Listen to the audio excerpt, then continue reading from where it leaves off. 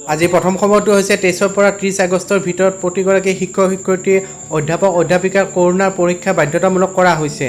কেন্দ্ৰীয় চৰকাৰে কাৰ্যকৰী কৰা আনলক 3ত বহু শিথিলতা আনিছে যদিও শিক্ষানুষ্ঠানসমূহ খোলাৰ অনুমতি দিয়া নাই। অহা 31 আগষ্টলৈ শিক্ষানুষ্ঠানসমূহ খোলা নহয় বুলি ইতিমধ্যে কেন্দ্ৰীয় চৰকাৰে স্পষ্ট কৰি দিছে। পৰৱৰ্তী পৰ্যায়ত এই সম্পৰ্কত কেন্দ্ৰীয় চৰকাৰে চূড়ান্ত সিদ্ধান্ত গ্ৰহণ কৰিব। তথাপি অহা 1 ছেপ্টেম্বৰৰ পৰা শিক্ষানুষ্ঠানসমূহ খোলাৰ বাবে ৰাজ্যৰ শিক্ষা বিভাগে প্ৰাৰম্ভিক চিন্তা চৰ্চা আৰম্ভ কৰি তাৰ বাবে নিজকে মানসিকভাৱে সাজু কৰাৰ ব্যৱস্থা গ্ৰহণ কৰিছে। জনতা ভৱনত মুখ্যমন্ত্ৰীৰ সভাগৃহত আয়োজিত এখন সংবাদমেলত এই কথা প্ৰকাশ কৰে মন্ত্ৰী ডক্টৰ হিমন্ত বিশ্ব শৰ্মাই। ৰাজ্যৰ শিক্ষা বিভাগৰ এই প্ৰস্তুতিৰ বিষয়ে সদৰি কৰি মন্ত্ৰী ডক্টৰ শৰ্মাই কয় যে অহা 1 ছেপ্টেম্বৰৰ পৰা শিক্ষানুষ্ঠান খোলাৰ লক্ষ্য আগত ৰাখি চৰকাৰে অহা 30 আগষ্টৰ ভিতৰত প্ৰতিগৰাকী শিক্ষক-শিক্ষয়িত্ৰী, অধ্যাপক, অধ্যাপিকাৰ পৰা আৰম্ভ কৰি শিক্ষানুষ্ঠানৰ 4ৰ্থ শ্ৰেণীৰ কৰ্মচাৰীলৈকে সকলোৰে কৰোনা টেষ্ট বাধ্যতামূলক কৰাৰ সিদ্ধান্ত লৈছে। তেওঁলোকে অহা 23 আগষ্টৰ পৰা 30 আগষ্টৰ ভিতৰত প্ৰত্যেকে কৰোনা টেষ্ট কৰিব লাগিব। ইয়াৰ আগেয়ে কৰা টেষ্টৰ ফলাফল গ্ৰহণযোগ্য নহ'ব। ইয়াৰ পিছৰ খবৰটো হৈছে কাৰ্যালয়ত উপস্থিত থাকিব লাগিব 100% কৰ্মচাৰী। সমগ্ৰ দেশত আৰম্ভ হৈছে আনলক 3। অসমতো কৰোনাজনিত পৰিস্থিতি ক্ৰমাৎ ভাললৈ অহাৰ পৰিপ্ৰেক্ষিতত ৰাজ্য চৰকাৰে বাহাল থকা বাধা নিষেধৰ ক্ষেত্ৰতো নতুনকৈ কিছু শিথিলতা আনিছে।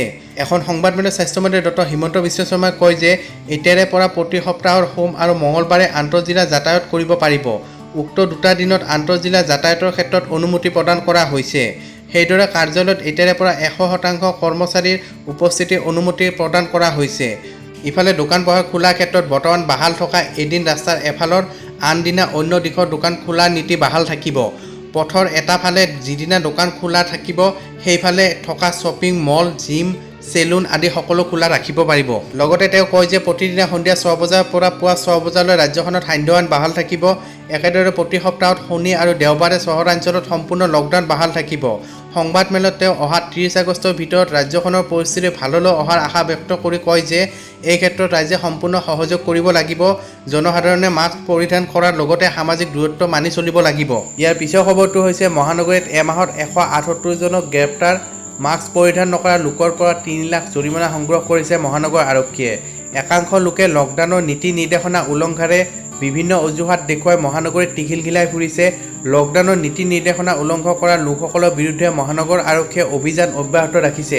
আজিৰ দিনটোত গুৱাহাটী মহানগৰীত মুঠ 115খন দুচকীয়া, 4খন তিনিচকীয়া আৰু 46খন চাৰিচকীয়া বাহন লকডাউন উলংঘন কৰা অপৰাধত গুৱাহাটী মহানগৰে জব্দ কৰে। লকডাউন উলংঘন কৰা অপৰাধত মহানগৰ আৰক্ষীয়ে বিগত এমাহত 178 জন লোকক গ্ৰেপ্তাৰ কৰাৰ লগতে 59টা গোচৰ ৰুজু কৰে।